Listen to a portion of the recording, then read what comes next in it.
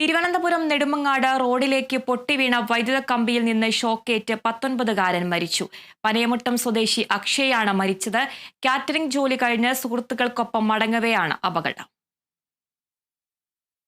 കനത്ത മഴയിൽ മരം പൊട്ടി വൈദ്യുത പോസ്റ്റിൽ വീഴുകയും പോസ്റ്റൊടിഞ്ഞ് വൈദ്യുത കമ്പി പൊട്ടി റോഡിൽ കിടക്കുകയുമായിരുന്നു. അക്ഷയും സുഹൃത്തുക്കളും സഞ്ചരിച്ച ബൈക്ക് മരച്ചിലയിൽ തട്ടി പോസ്റ്റിലിടിക്കുകയും വൈദ്യുത കമ്പിയിൽ നിന്ന് അക്ഷയ്ക്ക് ഷോക്കേൽക്കുകയുമായിരുന്നു.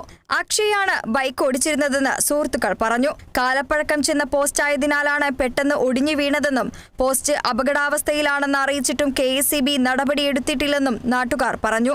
നാട്ടുകാരെത്തി രക്ഷാപ്രവർത്തനം നടത്തുമ്പോഴും പൊട്ടിവീണ ലൈനിലെ വൈദ്യുതി ഓഫായിരുന്നില്ലെന്ന് രക്ഷാപ്രവർത്തനത്തിൽ പങ്കെടുത്ത പ്രദേശവാസി പറഞ്ഞു.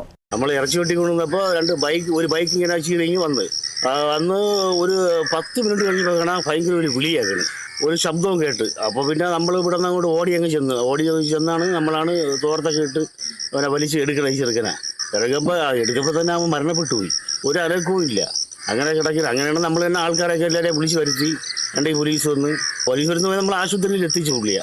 എന്നിട്ടാണ് ഒരു അരമണിക്കൂർ കഴിഞ്ഞപ്പോഴാണ് സ്ഥിരീകരിച്ചത് മരിച്ചതായി. വൈദ്യുത ലൈനിലേക്ക് വീണ റബ്ബർ മരത്തിന്റെ ചില്ല മുറിച്ചു മാറ്റാത്തതാണ് അപകടത്തിനിടയാക്കിയത്. മരം വീണതോടെ ചില്ലയോടൊപ്പം പോസ്റ്റും റോഡിലേക്ക് പതിക്കുകയായിരുന്നു.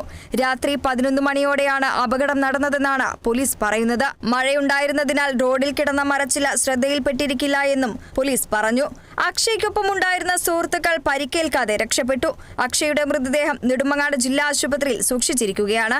Kerala vision news, Thiruvananthapuram.